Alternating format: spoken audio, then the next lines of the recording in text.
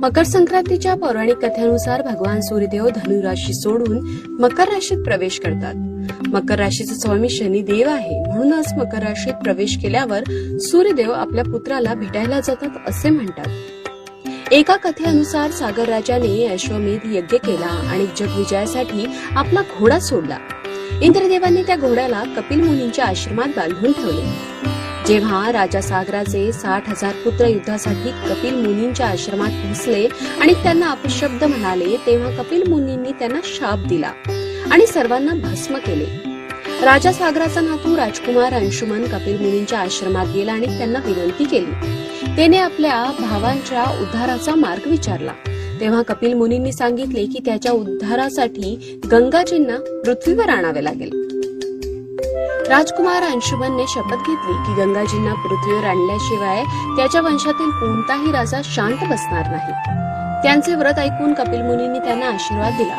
राजकुमार अंशुमनने कठोर तपश्चर्या केली आणि त्यातच आपले प्राण गमावले. भागीरथ हा राजा दिलीपचा मुलगा आणि अंशुमन यांचा नातू होता. राजा भागीरथने कठोर तपश्चर्या करून गंगाजींना प्रसन्न केले आणि त्यांना पृथ्वीवर आणण्यास राजी केले. त्यानंतर भागीरथने भगवान शिवाची तपश्चर्या केली, जेणेकरून महादेव गंगाजींना आपल्या जटांमध्ये ठेवून तेथून हळूहळू गंगेचे पाणी पृथ्वीवर प्रवाहित होऊ शकेल. महादेवाने भागीरथच्या कठोर तपश्चर्येवर प्रसन्न होऊन त्याला इच्छित वरदान दिले. यानंतर गंगा महादेवाच्या कैसात लीन होऊन पृथ्वीवर वाहत गेली. भागीरथ गंगाजीला मार्ग दाखवत कपिल मुनींच्या आश्रमात गेले, जिथे त्यांच्या पूर्वजांच्या अस्थी मोक्षाची वाट बघत होते.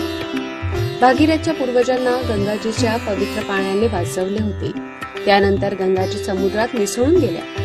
ज्या दिवशी गंगाजी कपिल मुनींच्या आश्रमात पोहोचल्या तो दिवस मकर संक्रांतीचा दिवस होता. या कारणास्तव मकर संक्रांतीच्या दिवशी गंगा सागरात स्नान करून कपिल मुनींच्या आश्रमाला भेट देण्यासाठी भाविक जमतात.